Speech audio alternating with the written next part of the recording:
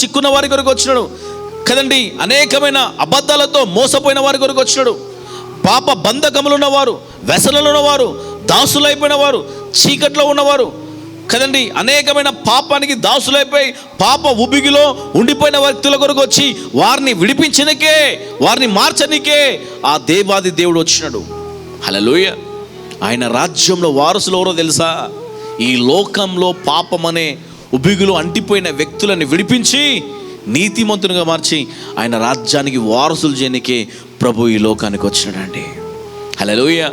అయ్యో జ్ఞానము లేదు, నాకు తెలివి లేదు, నాకు జాబ్ లేదు, నాకు ఆస్తి లేదు, నాకు అంతస్తు లేదు, నాకు అన్ని ఇబ్బందులు అనుకో నువ్వు బాధపడుతున్నావేమో, కానీ నీకు యేసయ్య ఈరోజు నిజమైన ప్రేమ చూపిస్తున్నాడండి. రాన కుమారి, నా పాదాల దగ్గరికి రా, నేను నిశ్చయముగా నేను మిమ్మల్ని ఆశీర్వదిస్తా, నిశ్చయంగా మిమ్మల్ని దీవిస్తానండి. నిజంగా ఈరోజు నువ్వు డెవలప్మెంట్ కావాలా, అన్ని రంగంలో అభివృద్ధి కావాలన్నా